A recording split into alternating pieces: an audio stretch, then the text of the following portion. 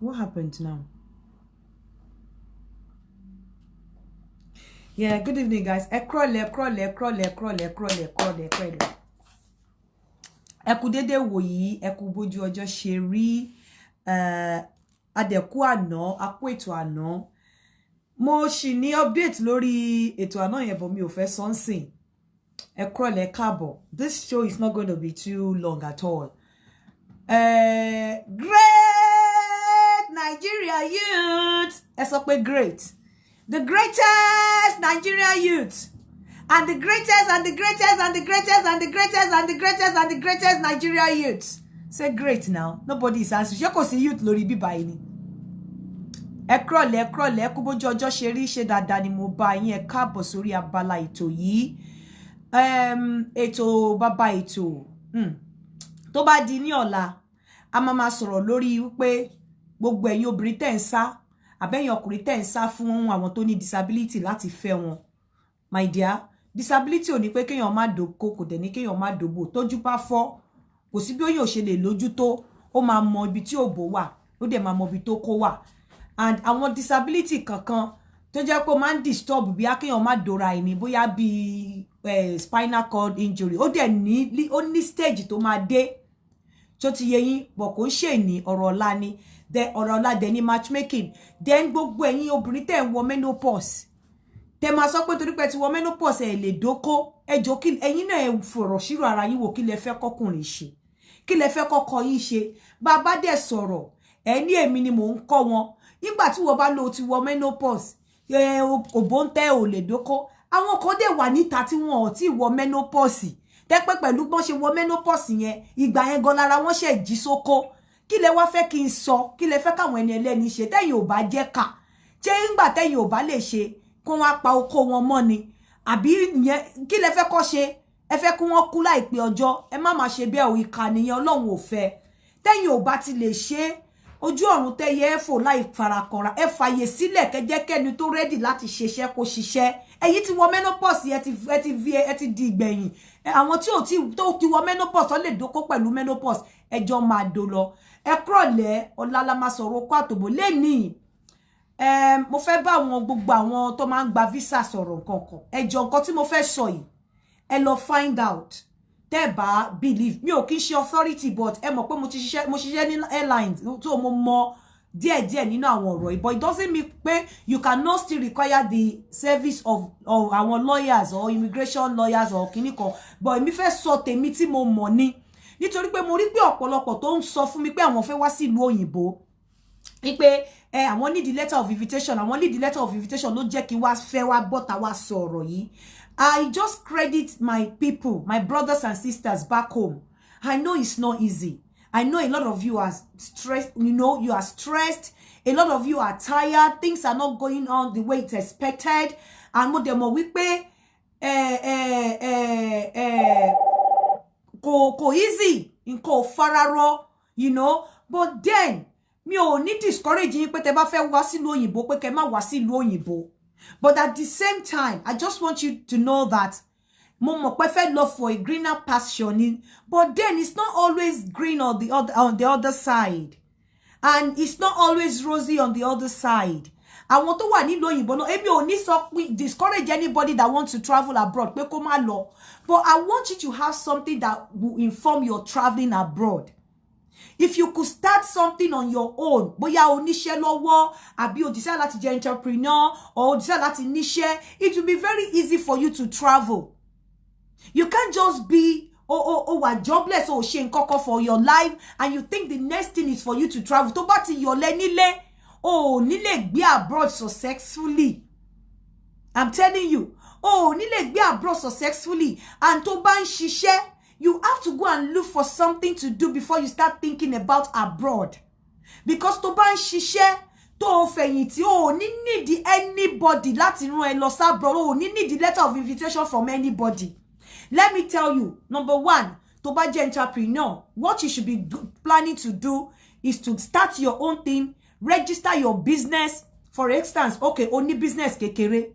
Lọ sí service clinical commission, go and register your business. Àwọn ways tí on lè fi lọ abroad ni mo sọ fún ẹ. Go and register your business. Tó bá ti register business Make sure that your registered business has wọ́n ti bẹ̀rẹ̀.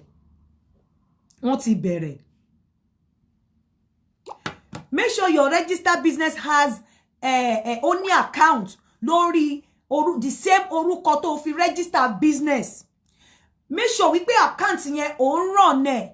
Make sure pé tax clearance yẹn ó wà intact. Ó dẹ̀ run account yẹn, owó ń wọlé, owó ń jáde. Má gbé owó kìṣì kó lọ gbé sínú account. Àwọn òyìnbó máa mọ̀ wọ́n ọ̀gọ̀ wọn kì í ṣọ̀dẹ̀. Make sure wípé I'm going to switch off this phone. Some people don't just have it. Wọ́n ní kíní. Àwọn òyìnbó kì í ṣọ̀dẹ̀. Tó bá kọ̀ gbé owó kìṣì tó lọ gbé sínú account ẹ, wọ́n máa mọ̀ pé òun play àwọn ni.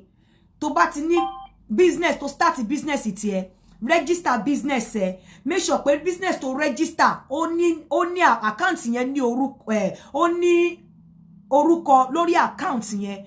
Máa run account yẹn. Kò ṣe pé bí a kò fowó o fẹ́ apply for visa ní March, o fowó sílẹ̀ l'account láti December o no. Wàhálà ni wọ́n lè má fún ẹ. So máa run account yẹn. Make sure pé o ní tax clearance. Tó bá ti ní gbogbo kíní tó nílẹ̀ àbí tó nílé, when you want to apply for your visa, you don't need anybody. Tó bá dẹ̀ jẹ́ pé ìwọ tó ń ṣiṣẹ́ náà ni, tó bá ń ṣiṣẹ́ ní company, bó ń ṣiṣẹ́ ní bank àbó ń ṣiṣẹ́ ní company, o ní pay slip, o ní the pay slip 6 months, o ní the bank statement for 6 months. Wípé transaction tó wọnú bank ẹ bọ́ta for 6 months, o ní the pay slip for 6 months, o ní the letter láti office ẹ tó máa introduce ẹ sí embassy. Wípé okay o, òun lọ sí so place, òun lọ fún holiday o, dẹ̀ máa padà ní time bye o. Àwọn nǹkan tó need ni ẹ. Ṣó wá rí owó tó torí àwọn ibì kan wà nínú form tó máa fill. The same thing in America àti London. Everywhere the same thing. The only different thing ni wípé America àwọn ìlú kan wà mọ̀ pé wọ́n ti fún ẹ. Irú London wọ́n lè máa mọ̀. Wọ́n o lè máa mọ̀ pé ti fún ẹ because ó máa take I think 21 working days. But America bí 1 week ni wàá ti mọ̀ pé wọ́n máa fún ẹ lẹ́sẹ̀kẹsẹ̀ tó wọ́n máa gba passport ẹ sílẹ̀. So what you need to do ni wípé tó bá fẹ́ apply for visa tó ní 800,000 l'account. Ó ní àwọn form yẹn wọ́n máa bèrè lọ́wọ́ ẹ pé ibo ló ń lọ. Ṣé èló ló máa fi wọ plane. Nǹkan tó fẹ́ mọ̀ ni wípé nínú owó tó wà l'account ẹ wàá wọ plane, wàá rí owó mú dání, wọ́n máa bèrè pé èló ló fẹ́ mú dání tó fẹ́ ná labroad, wọ́n máa bèrè lọ́wọ́ ẹ. Wọ́n máa expect pé tó bá ti ná gbogbo àwọn owó yẹn tán, change láti ṣìkù nínú account ẹ débi wípé tó bá padà wá sílé wàá sì rí owó ná. Ọ̀pọ̀lọpọ̀ mistake làwa èèyàn ẹ̀yin tẹ́ máa apply visa máa ń ṣe. You don't need anybody to give you letter of invitation.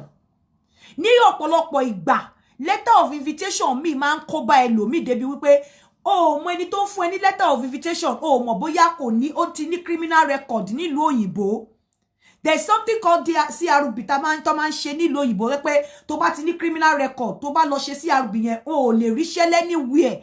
Criminal record yẹn máa tẹ̀lé ẹni tó fẹ́ fún ẹ ní letter of invitation bóyá ó ní criminal record kò ní sọ fún ẹ.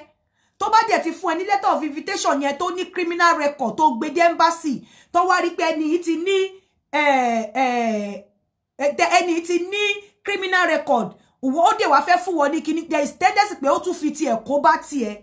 That is why you don't need a letter of invitation to go anywhere. Mi ò gbà rí. Tó má gba o need ẹ. Ẹni tí ó bá ń gba benefit nílùú òyìnbó kò ní lè fún ẹ ní letter of invitation. Wọn ò ní ọ̀nà ẹ̀ lẹ́mbásì. Èèyàn kò dẹ̀ ní sọ fún ẹ wípé òun ń gba benefit. Ipe ọwọ́ ìjọba ló ń tọ́jú òun. Àwọn tó bá ń gba benefit nílùú òyìnbó gan tó bá máa wá sí Nàìjíríà wọ́n máa sá pamọ́ wá ni. Wọn ò ní jẹ́ kí ìjọba mọ̀ because wọ́n máa bèèrè lọ́wọ́ pé òun gba benefit bó ló ti rówó plane bó ló ti rówó gbá rówó àwo. So ẹni tó bá ń gba benefit ò lè fún ẹ ní letter of invitation. Ẹni tó tí ò bá níṣẹ́ lọ́wọ́ tó kójú òṣùwọ̀n níbí tó bá fún ẹ ní letter of invitation ó tún lọ kó bá ẹni wọn ò ní ọ̀nà ẹ̀. But ẹ̀yin tẹ́ wà nílé ẹ̀ ní mọ̀. Ẹni tó bá ti ní criminal record kò lè fún ẹ ní letter of invitation. Ọ̀pọ̀lọpọ̀ ló wà nílùú òyìnbó wọ́n ti wà ńbẹ̀ for 10 years but wọ́n ò lè fún yín ní letter of invitation. Èmi á fún yín ní letter of invitation tó bá dé criminal record àti wàhálà tẹ́yin ò ní tẹ́lẹ̀ wọ́n á tún lọ fi dákún wàhálà yín. The moment ẹ bá gbé dé embassy báyìí ọ̀daràn fún yín ní letter of invitation ó tún kó bá rẹ̀ ajé ti yín nìyẹn. You don't need letter of invitation. The only time you need letter of invitation ni wípé tí owó tó wà nínú account ẹ tó bá sure wípé kò lè gbé ẹ. You understand? Ipe okay, itinerary ẹ kò lè o lè survive pẹ̀lú owó tó ní, o wá léyàn labroad tó fẹ́ mú ẹ wá. Jẹ́ kí tún wá sọ fún ẹ, tó bá níṣẹ́ gidi lọ́wọ́, tí èèyàn bá wà ńbí báyìí àbó wà labroad tó níṣẹ́ gidi lọ́wọ́ tó fún ẹ ní letter of invitation, there is tendency pé kí wọ́n má fún ẹ. O mọ reason, wọ́n máa feel wípé tó bá ti dé o máa tẹ̀ pa, o ní padà lọ. So tó bá ti ẹ̀ wá léyàn labroad tó fẹ́ lọ bá, it is it is safer for you to get reservation. Báwo no ṣe reservation, máa put yín through bó ṣe reservation. Ó better fún ẹ kó get reservation than letter of invitation, because ẹni tó fẹ́ fún ẹ ní letter of invitation, o mọ record ẹ ní ìlú tó wà, o mọ bó ṣe stand ní ìlú tó wà, kò dẹ̀ ní sọ tòótọ́ fún ẹ. Ó ti mọ̀ kó tó fún ẹ ní letter of invitation ẹ pé wọn ò ní fún ẹ. Ọ̀pọ̀lọpọ̀ èmi gan kò fẹ́ kó wá, but ó ti ní criminal record. Ó dẹ̀ ti mọ̀ pé tó bá fún ẹ ní letter of invitation, tó bá mú lọ sí embassy, wá fi kó bá ra ẹni, á fi kó bá ẹ. Ó ti mọ̀ pé wọn ò ní fún ẹ, but nítorí pé kò fẹ́ kó wá, a máa play along, á gbé letter yẹn lé ẹ lọ́wọ́, wá dẹ̀ gbé letter yẹn wá lọ submit ẹ, wá tún wọ wàhálà. Most times you don't need a letter of invitation from anybody. Once you have your money, you don't need huge amount in your account. Mo ti fi 50,000 naira gba visa rí. You don't need huge amount in your account. Tó bá ti ní owó tó wà reasonable, tó yẹ pé tó bá ti ṣí owó ẹ, wọ́n máa sọ pé èlò ló fẹ́ owó ticket, ó wà ńbẹ̀. Ìgbà míì gan máa ti ń da kó ti ṣe reservation, ticket reservation kó fi sí. So tó bá ti ní èlò lówó ticket ẹ, ó wà ńbẹ̀. Èlò lówó fẹ́ ná, ó wà ńbẹ̀. Èlò ló fẹ́ fi jẹun àtowó hotel ẹ, ó wà ńbẹ̀. Tó bá ti wá yọ gbogbo yẹn, wọ́n bẹ̀ calculate ẹ wípé okay, iye tó kù leléyìí o, tó bá dé padà o máa rí. But yí pé kí gbogbo owó yẹn kó rí gbogbo owó yẹn kí owó tó calculate kó jẹ́ pé dédé owó tó fẹ́ fi ṣe gbogbo traveling yẹn ni. Yí pé ńgbà tó bá fi ná tán kò ní sí owó nínú account ẹ mọ́, there is tendency pé kí wọ́n má fún ẹ. Torí wọ́n máa believe pé bóyá o fẹ́ ná owó yẹn tán torí pé o mọ̀ pé o padà wá, or kó jẹ́ pé tó bá padà wá kí ló fẹ́ máa ṣe, or kó jẹ́ pé tó bá dé ìlú àwọn tó bá ti rò pé o lówó Monday, o lè tẹ́ pa pé kó má wá mọ́. So most times mo máa ń sọ fáwọn èèyàn tẹ́ bá lọ apply fún visa, ẹ máa fi ara yín ẹ máa fi ara yín sínú shoes consular tó fẹ́ decide case yín. Pé tó bá gbé kíní wá síwájú yín, báwo lẹ ṣe fẹ́ decide, báwo lẹ ṣe kí lẹ fẹ́ sọ sí. So ẹ máa rọra ẹ fi ara yín sínú shoes wọn kẹ́ tó máa ṣe. Ẹ need anybody láti fún yín ní letter of invitation. Báwo náà ṣe ń ṣe reservation? Tó bá fẹ́ ṣe hotel reservation, there is ẹ jẹ́ kí n sọ fún yín, there's website kan wà tó ń pè ní booking.com. Booking.com is the best place láti ṣe reservation. Booking.com mo ti gbàgbé ìkejì, but Booking.com yẹn o need kówó wà lórí káàdì ẹ láti ṣe hotel reservation yẹn. Báwo náà ṣe ń ṣe? Bẹ́ẹ̀ ni pé o fẹ́ ra nǹkan náà ni, wàá kọ̀ lọ, wàá type in ìgbà tó fẹ́ travel, night tó fẹ́ check in hotel, ìgbà wo ló fẹ́ dé. Tó bá ti type in ẹ̀, á gbé gbogbo availability àwọn hotels tó àwọn rooms àti àwọn owó fún ẹ.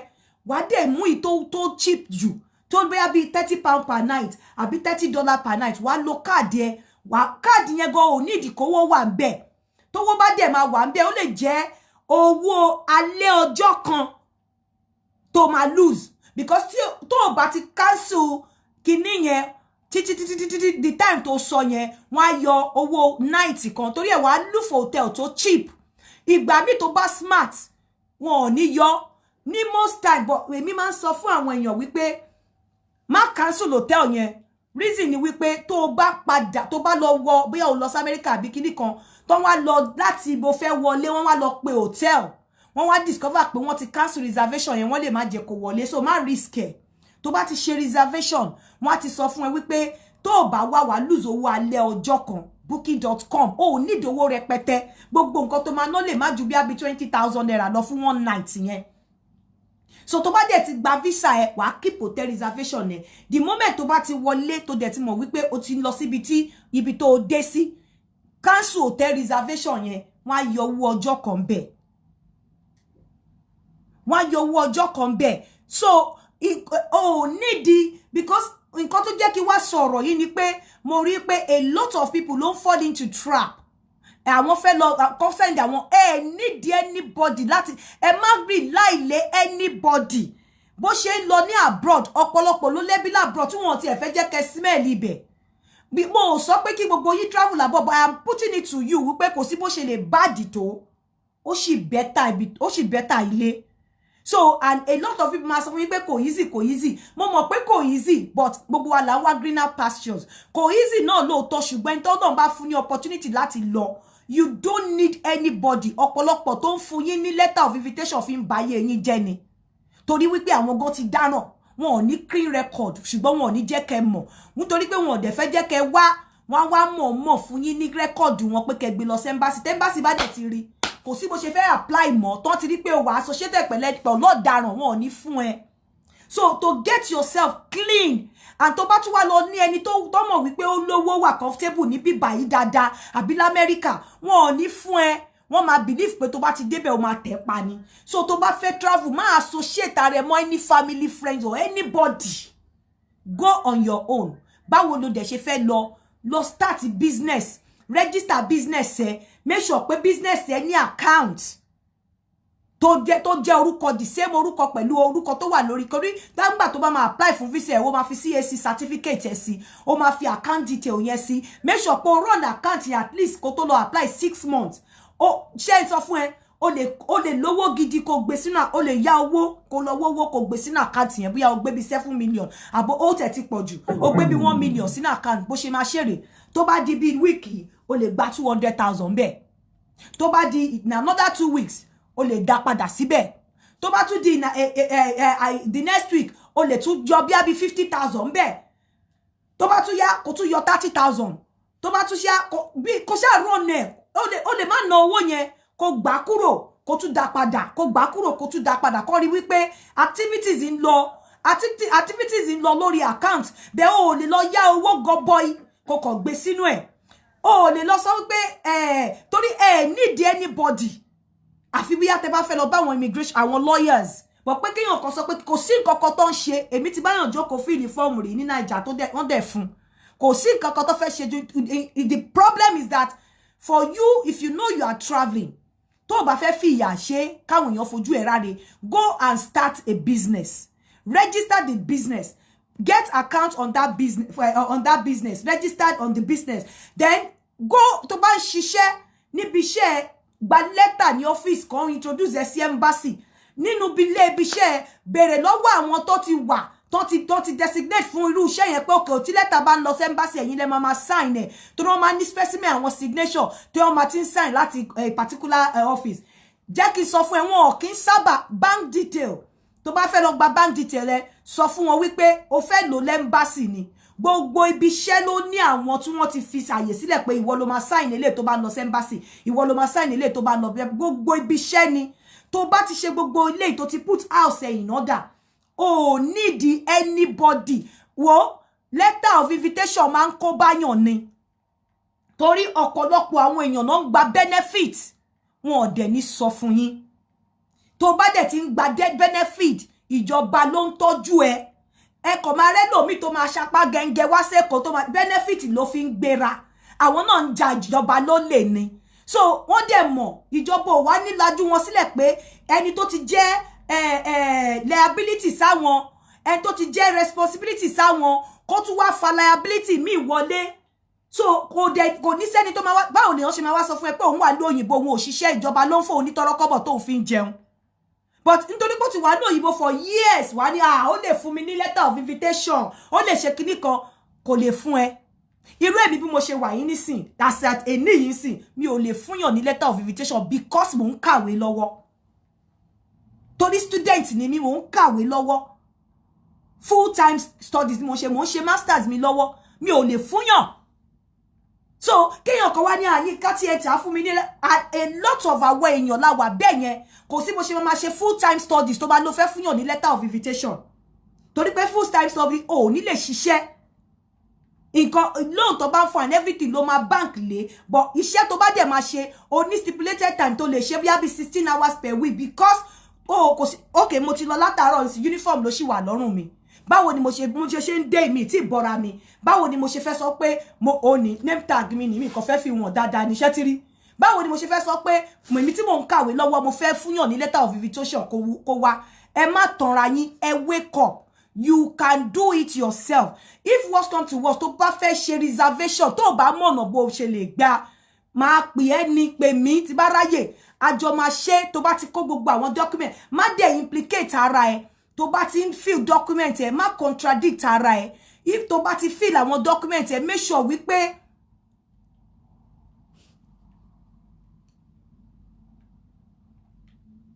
tó bá ti ń ṣe kíní, ṣó ti yẹ ó mọ nǹkan tó máa ṣe, make sure wípé o ṣe photocopy gbogbo àwọn document tó send lọ kò keep ẹ torí ó ṣe é ṣe tó bá ti ó ṣe é ṣe tó bá ti gba first kíní tó tún fẹ́ lọ reapply ó gbọ́dọ̀ contradict ara ẹ ó gbọ́dọ̀ contradict ara ẹ àwọn information ẹ láti wà intact ó dẹ̀ láti wà accurate ó dẹ̀ láti tally the moment tó bá ti gbé kíní wọlé sọ́dọ̀ wọn báyìí wọ́n ti ní gbogbo information ẹ lọ́wọ́ so o lè parọ́ mọ́ especially àwọn UK o lè parọ́ mọ́ ṣó mọ̀ pé America nígbà táwa ń ṣe America nígbà tí mo gba America fáwọn ọmọ mi nígbà tí mo débẹ̀ nothing not wish ọmọ mi because we went a day before our birthday not sọ pé go and take your birthday present mi rò bóyá lo tó bá dé ti débẹ̀ má fi jet má jẹ́ ká torí mi ti ń lọ sí America tẹ́lẹ̀ so easy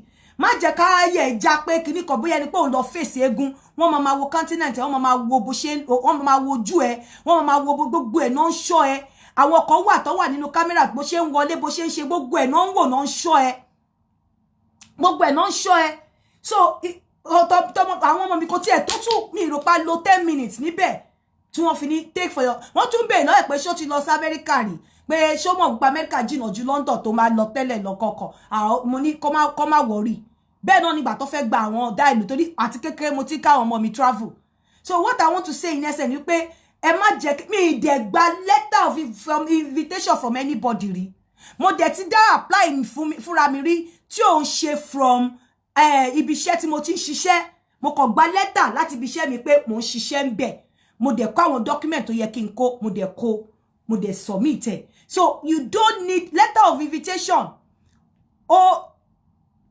letter of invitation ti kó bá ọ̀pọ̀lọpọ̀ ní ìwé tó genuine ọ̀pọ̀lọpọ̀ ní gbogbo document tó genuine but letter of invitation tó lọ gbà ẹni tó gba letter of invitation lọ́wọ́ ẹ̀ o bóyá mọ̀ nǹkan tó mọ̀ rí nǹkan tó dúró lé mọ̀ rí nǹkan tó dúró lé mọ̀ bí CRB criminal record mọ̀ bó ṣe rí mọ̀ nǹkan tó wà láàrin òun àti ìjọba mọ̀ bóyá ìjọba ló ń bọ̀ mọ̀ bóyá ìjọba ló ń bá sanwó lé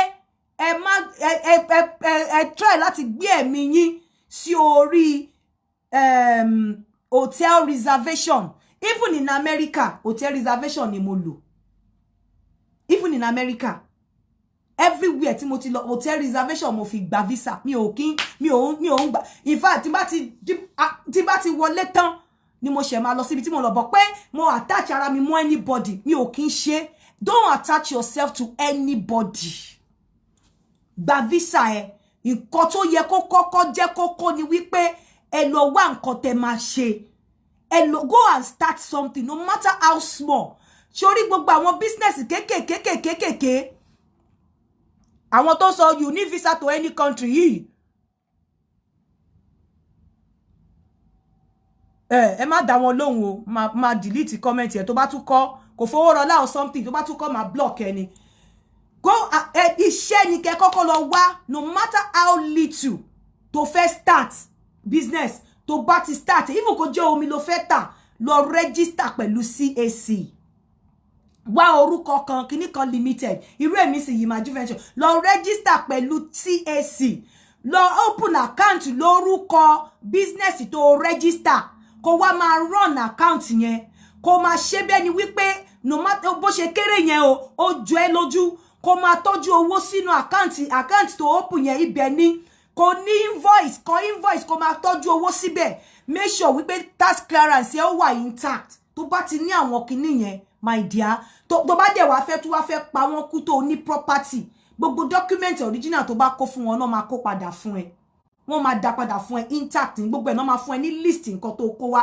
wọ́n dẹ̀ máa dá padà fún ẹ àwọn America ò tiẹ̀ ń gba document sílẹ̀ rárá so tó bá wá fẹ́ ṣe dáadáa tó bá fẹ́ ṣe dáadáa tó bá nílẹ̀ fi wé ilẹ̀ sí tó bá ní property fi sí just to make kó jẹ́ kí wọ́n mọ̀ wípé you are not going anywhere pé ilé ẹ ó wà okay ó kò wá holiday ni ìjọ́ mélòó ni mo fẹ́ lò 10 days èló ni mo fẹ́ ná ní 10 days yẹn bia nísìn tí owó ti lọ sókè bia bí £700 £700 yẹn minus owó hotel èló lówó hotel bóyá £250 fún 10 days o det wá dé book reservation wá dé print out reservation ẹ wá print out reservation ẹ wá attach ẹ mọ́ àwọn document ẹ wá attach bank statement ẹ 6 months wá fi sí wá attach payslip ẹ sí tó bá jẹ́ pé ó better àwọn tó bá sábà ti marry ó máa easy fún wọn ìgbà mi tó bá marry tọmọ ẹ bá kéré tó bá mọ̀ wọ́n lè sọ wípé irọ́ ni báwo ló ṣe máa travel as a mother tó gbọ́mọ ẹ dání so tó bá fẹ́ lọ tó ti bímọ ó better kó lọ tó bá lọ́mọ kékeré tó bá ti marry ó better wá fi marriage certificate ẹ sí wọ́n mọ̀ pé o lè fọkọ ẹ lẹ̀ you understand wá fi marriage certificate ẹ sí ọmọ ẹ náà wá try ẹ pẹ̀lú ọmọ ẹ so àwọn nǹkan kan kékèké tẹ́ kà kún because àwọn èèyàn tó ń bá mi mo rí pé wọ́n rí visa bí ìgbà tá bá ní pé no kò ṣe bàbàrà nǹkan tó ṣe bàbàrà gangan ni báwo ló ṣe fẹ́ ṣiṣẹ́ tó fi fẹ́ proof sí wọn wípé ìwọ ló là tó fi fẹ́ ní account àti gbélẹ̀ àwọn tí bíbá jẹ́ ẹ̀gbọ́n débi pé gbogbo àwọn agent ń lò yẹn tó wọ́n máa ń mọ̀ tó bá ṣiṣẹ́ tó bá ní even kó jẹ́ 250 ló ní l'account kọ́ rí pé okay 250 ó ti ra ticket ó dẹ̀ ní 250 ó ti ra ticket ó wá kù 250 lọ́wọ́ ẹ̀ after tó bá ti yọ gbogbo owó kíní yẹn wọ́n yẹ kan fún ẹ̀ èyí tẹ́ ń ṣe mistake tẹ́ wá lọ ń kó gbogbo ẹlòmíà ní mo ti lẹ́gbọ́n tó refuse nítorí 6 million wọ́n béèrè lọ́wọ́ ẹ̀ pé 6 million nínú account lọ́gbẹ̀lẹ̀ wọ́n fún nígbà tí mo tún wá sọ mo ní padà lọ ṣe báyìí nígbà tó wá ṣẹ̀ṣẹ̀ wá ṣe nǹkan tó yẹ kó ṣe wọ́n jẹ̀dẹ̀ fún ó ti wá ó ti lọ so please mo ń bẹ̀ yín ni ẹ má gbé ọkàn yín lé orí letter of invitation ó ń ba yí ọ̀pọ̀lọpọ̀ jẹ́ àwọn tó ń fún yín ò ní sọ fún yín báwọn ṣe dúró nílùú yìí àwọn tó ń fún yín ò ní sọ fún yín pé àwọn ti ní criminal record àwọn tó ń fún yín ò ní sọ fún yín wípé ìjọba ló ń tọ́jú àwọn ń gbowó ìjọba àwọn tó fún yín ò ní sọ fún yín pé àwọn ò níṣẹ́ lọ́wọ́ ìjọba ló ń bá wọn sanwó ilé wọ́n máa wá torí pé owó free money ni tíjọba ń fún wọn you understand wọ́n máa wá sí Nàìjíríà wọ́n wá ṣe mùkàmùkàmù kòlòkòlò pé tí wàá rò pé àwọn ìyá ìlú òyìnbó dé owó dé irọ́ ni o irọ́ ni ẹ disregard mo àwọn kan wà tó genuine tó lè fún yín but kí lẹ need the letter of invitation fún tẹ́ bá ti ṣe reservation tẹ́ dẹ̀ ní enough money tí ó gbé pé at the end of the day àwọn tó fún yín letter of invitation kọ ọ̀dọ̀ wọn kọ́ lẹ fẹ́ dé sí àwọn kọ́ ló fẹ́ bọ́ yín àwọn kọ́ ló fẹ́ ṣe oúnjẹ fún yín ẹlòmíì ò lówó tẹ̀yìn gangan ní lákàntì ní Nàìjíríà wọn ò ní bíbà yìí ẹni tó bá dẹ̀ fún ẹ ní letter of invitation mọ nothing ó yẹ kó send the bank detail ẹ sí embassy ọ̀pọ̀lọpọ̀ wọn ò ní send ẹ tọ́pọ̀lọpọ̀ wọn bá send ẹ nǹkan tó wà nínú ẹ kò lè ràn yín lọ́wọ́ láti kò lè support application yín òyìnbó dẹ̀ ní sọ fún yín torí confidentiality wọn ní sọ fún yín pé kò sówó nínú àkáǹtì tí wọ́n send láti ibi tí wọ́n ti send letter of invitation òyìnbó ní sọ fún yín láíláí wọ́n refuse yín náà ni wọ́n kàn lè wá kíní kan wọ́n ò ní sọ fún yín torí wọ́n ò ní lè disclose pé àkáǹtì tí wọ́n mú wá àbí èèyàn tó send letter sí yín ó ní criminal record wọ́n ò suppose láti sọ fún yín wọ́n ò ní lè disclose ẹ̀ fún yín wọ́n ò fún yín ni tó bá tiẹ̀ wá jẹ́ wípé wọ́n ò wá fún yín ni ó dáa àwọn á tún wá fi bad record tí wọ́n á tún fi ba application yín jẹ́ ìwọ̀n ọdún 5 ẹ ṣì ń apply wọn ò tí fún yín torí pé ẹni tó ẹ so mọ́ lẹ́sẹ̀ fún letter of invitation ó ti fi tiẹ̀ kó bá yín so ẹ láti wà very very careful what is important to you youth what is important to anybody tó fẹ́ gba visa now is to go and build your account start something no matter how little start something look for somewhere to work tó dẹ̀ jẹ́ wípé salary mama wọlé jáde nínú account ẹ wọ́n sanwó salary, wọ́n sanwó salary, wọ́n sọ salary sínú account ẹ. If you have a CAC certificate already, build your account. Anything, no matter how little business tó bá ń ṣe, fi ṣe lórí account yẹn, ṣe lórí certificate yẹn, ṣe lórí kíní yẹn, jẹ́ kí owó máa wọlé kó máa jáde. Concentrate on that account. Owó tó dẹ̀ ń wọlé ní invoice fún pé lágbájá for the kíní kan, o lè ní kíní kan enterprise ló sanwó account ẹ, kíní kan Nigeria Limited sanwó account ẹ, nǹkan tó fẹ́ rí nìyẹn. Bọ̀ pé a lọ ń purọ́, à ń ṣe ribiribi, àní èèyàn kan bá wa ṣe visa, ọ̀pọ̀lọpọ̀ wọn bá yé yín jẹ́ sí ni. Torí tí wọ́n bá ti ní record yín lọ́wọ́ lẹ́ǹkan, ẹ lè máa apply lẹ́ẹ̀mẹ́wàá kan máa fún yín. I'm telling you. Ẹ lè máa apply lẹ́ẹ̀mẹ́wàá kan máa fún yín. Ẹ mọ̀ pé mi ò ní parọ́ fún yín. Most of you don't need letter of invitation. Go and do reservation. If you know, tell about more biteti ma ṣe reservation. Booking.com is one of the best. Booking.com is one of the best. So, kò sí àwọ̀ kankan, kò sí nǹkankan tó special ńbẹ̀. They just need you. Nígbà míì lẹ́ǹkọ̀kan, wọ́n máa ní irú èmi sì mo ti ṣe reservation rí tí wọ́n cancel reservation mi tí mi ò dẹ̀ mọ̀ pé ó ti wà cancelled, tí wọ́n dẹ̀ fún mi, tí wọ́n deny mi. Nígbà tí mo dẹ̀ débẹ̀ wọ́n sọ fún mi pé wọ́n ti cancel reservation mi ni wọ́n ṣe fún mi. Mo dẹ̀ pé ibi iṣẹ́, mo dẹ̀ pé hotel, àwọn hotel nígbà táwọn ò gbóhùn mi. So, wọ́n tó tún kọ yín lọ́gbọ́n tó bá ti ṣe reservation tí wọ́n ti confirm reservation ẹ̀ tó ti print it out. Make sure wípé ó ń pe hotel yẹn every 2 days. Make sure pé hotel tó ṣe reservation ẹ pẹ̀lú.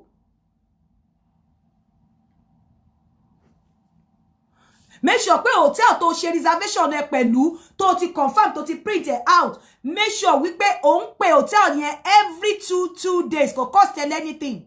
Wọ́n kò béèrè kí ni booking number ẹ. Wọ́n kò ní o kò fẹ́ tún rí aṣọ wọn pé kí booking ẹ wà intact pé ó ń bọ̀.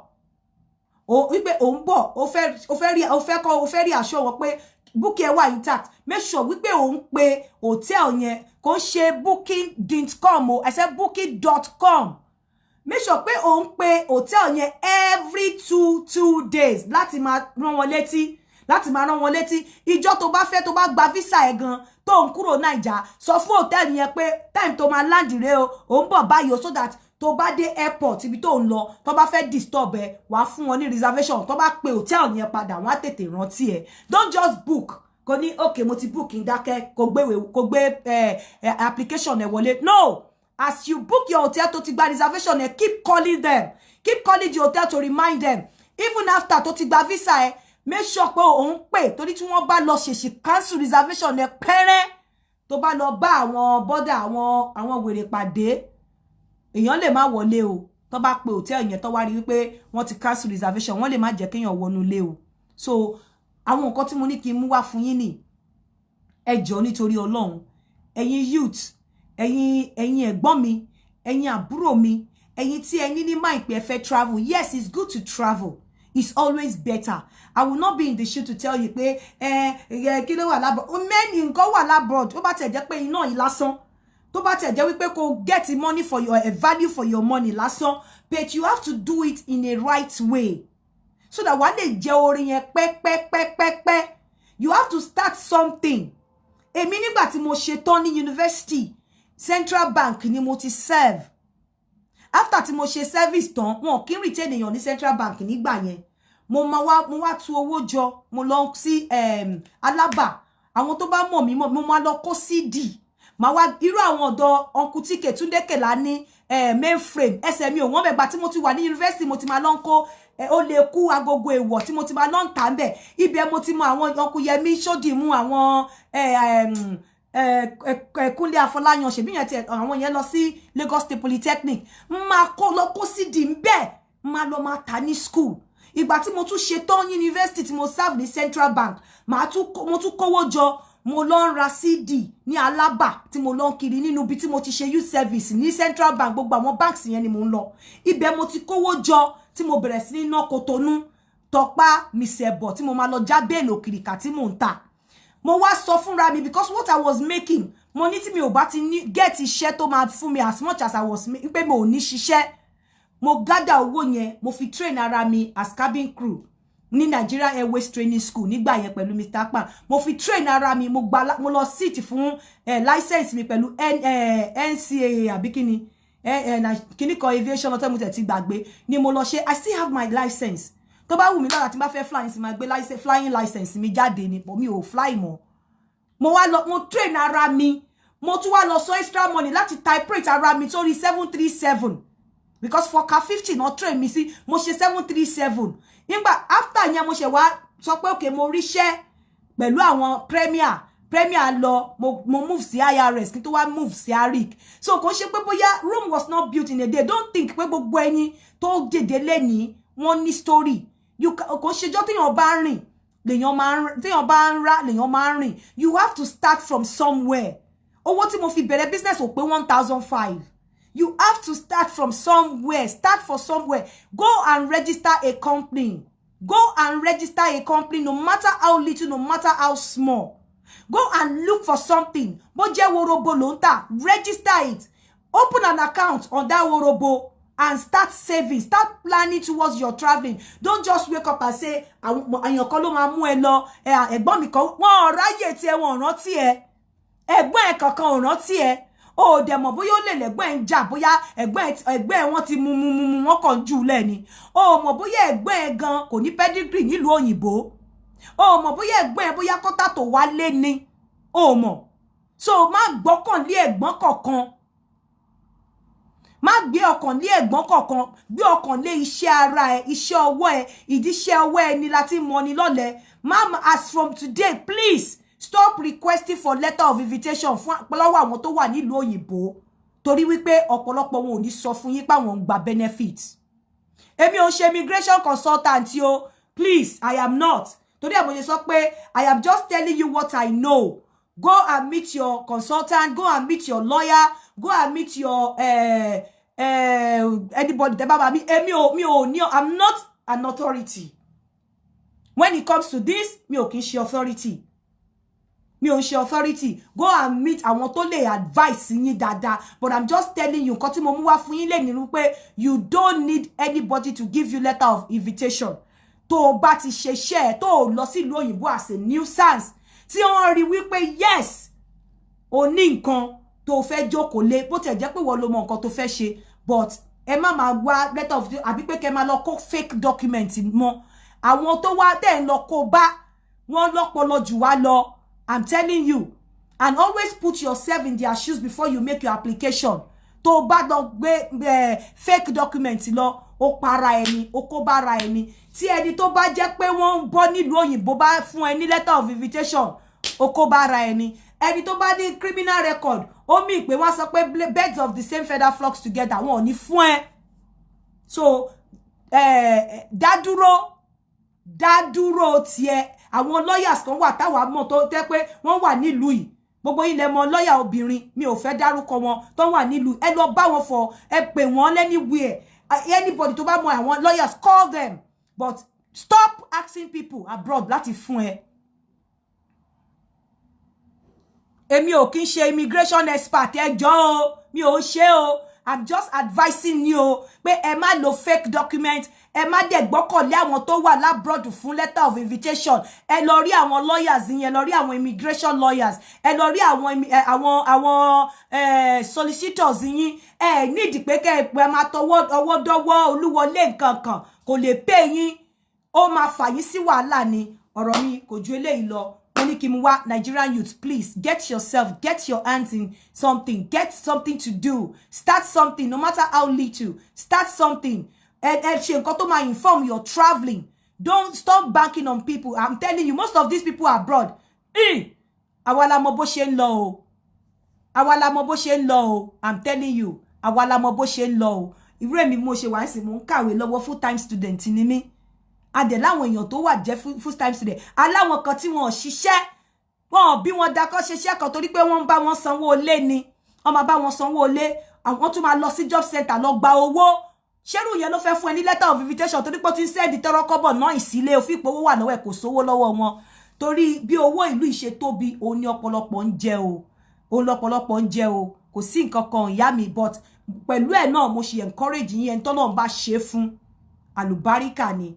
kọ́lọ̀ má ṣe ní èèwọ̀ gbogbo wa kọ́lọ̀ ń jẹ́ kí gbogbo ire náà kó pín kárí bọ́lọ̀ ṣe ń pín ire ọmọ bó ṣe ń pín ire owó àìkú baálẹ̀ ọ̀rọ̀ kọ́lọ̀ kó pín ire yìí kó pín kárí fẹ́lòmíì àdìsá bá jáde nílùú àárí yàtọ̀ nínú ikú àti oorun èmi ò ní sọ pé kò easy má wà o kò easy má wà kí lèmi ń ṣe ń bí kò easy má wà kí lèmi ń ṣe ń bí àwọn tó kù kí náà ń ṣe láàbùrọ̀ kí ló dé tí wọn ò ṣe lọ sí Nàìjíríà èmi ò ní sọ pé kò easy má wà mo gbàdúrà pé gbogbo ẹni tó wù lọ́kàn láti wá kí Ọlọ́run Olódùmarè kó ṣe nírọ̀rùn gbogbo èyí tó bá dẹ̀ wù lọ́kàn láti wá this is ọ̀nà tí ẹ lè fi wá ní ìrọ̀rùn láì jẹ́ pé èèyàn tún fi tiẹ̀ bá ti yín jẹ́ láì jẹ́ pé ẹ wọ́wọ́ lọ́wọ́ go and start something now ire o ó dàbọ̀ àríra nírọ̀lẹ́ ọ̀la bye for now.